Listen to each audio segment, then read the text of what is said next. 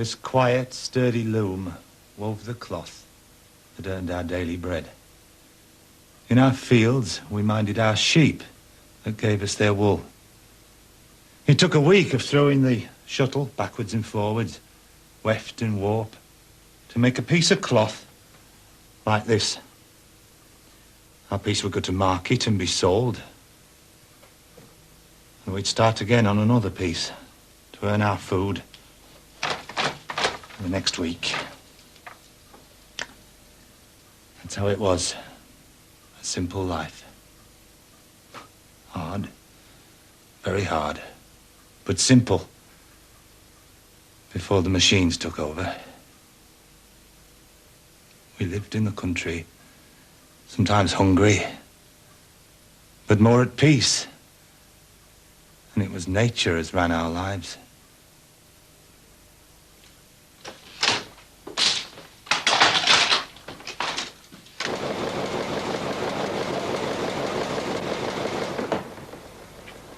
Hear that? The sound of progress, the noise of prosperity. Power. Powerful machines that make in a day what your hand loom weaver would take a year to weave. Living with nature, there's no future in that. Not when your marketplace is the whole world.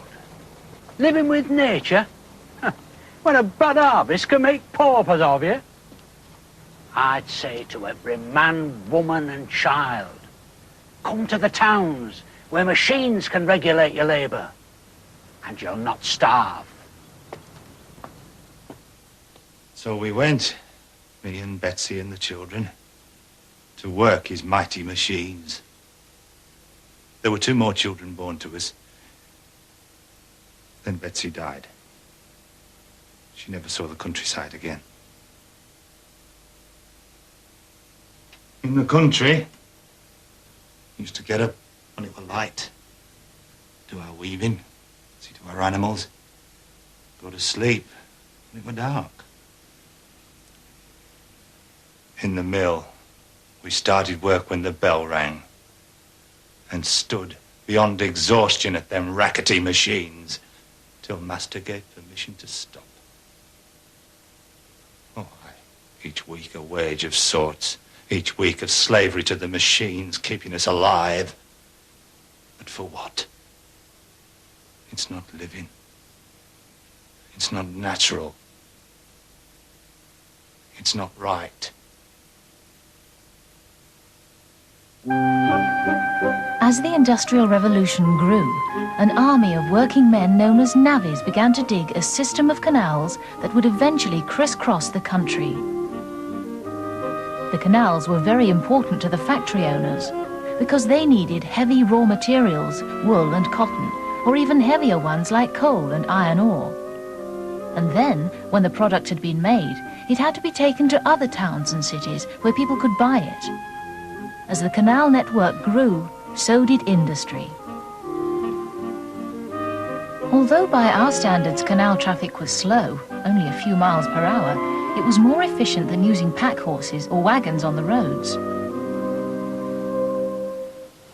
Hi Pete, this is Pete, the lock keeper here, so he'll be able to answer any of your questions and tell you a bit about how the lock and the canals work. Pete, you used to live on the canals when you were younger, is that right? Can you tell us about that? Certainly.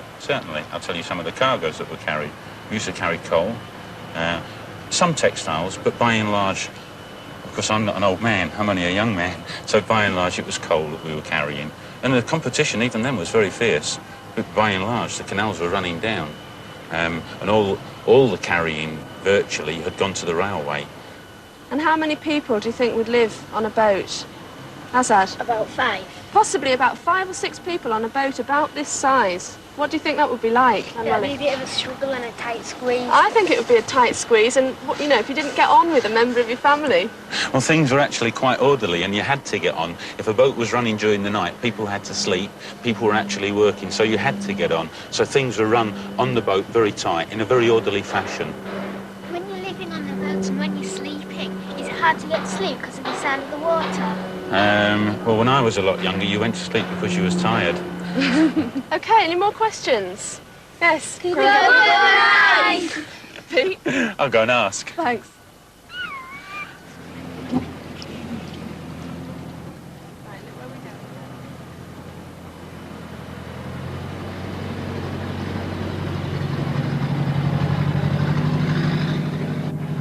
The canals became more and more popular as they could carry large, heavy loads, and this helped the rapid growth of the Industrial Revolution. But even before the canal system was completed, another army of navvies was building another transport system that brought even greater change: the railways.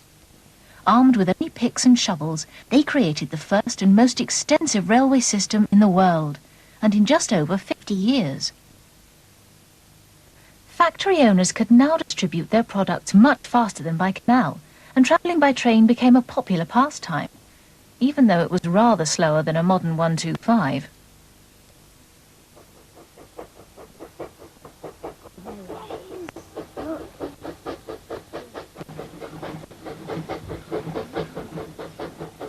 This is the Middleton Railway in Leeds, which is claimed to be the oldest railway in the world. But the engine's a youngster, only 70 years old.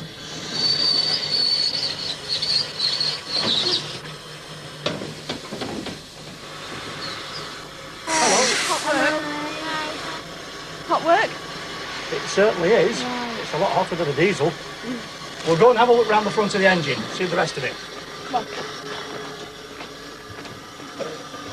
Right, if you all stand about here... There's a great argument over which railway was the first in the world, but in Leeds they've no doubt. It was the Middleton Railway. That's a tank full of water. An engine like this carries its water on top of the boiler, a bit like the saddle on a horse. So this one's called the saddle tank. And what sort of people worked on the railways? Well, initially, you'd have what was called an engine man. Now, he would be an adult, but he'll be assisted by a boy. When the first engines ran, that was about 1812, and the little boy would be there. He would be there running, getting the coal and things like that. And for that, he got paid maybe a penny, maybe twopence a week. So would they be children about the same age as these ones? Yes, very much so. Perhaps even slightly younger. The coming of the railways completed the Industrial Revolution. The changes that so excited Abraham reshaped the world into the one we live in today. For common weavers like George, change had been cruel. But the mill owners used change to their own advantage. There you are then. Nothing unnatural about change, is there? It's right and natural for the inventions of men to be put to good use. Aye, and for human beings to work for their bread. No argument about that, is there? We have to stop the machines. Just for a while. Give our voice, the voice of the workers, a chance to be heard. They wouldn't listen. They couldn't see. All the changes were on the back of human suffering.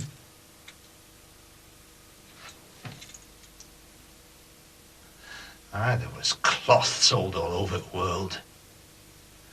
But who remembers now the little children getting crushed by the machines making that cloth?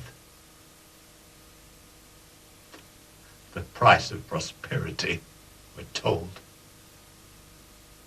But those who pay the price by their suffering ought to have a say in what's to happen next.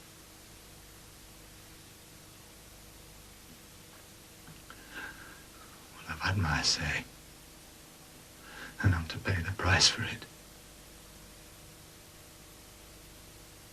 But the suffering won't end with me.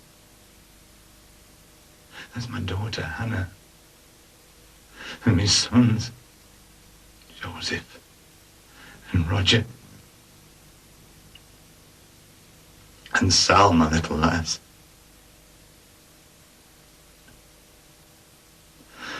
God protect him. I can't.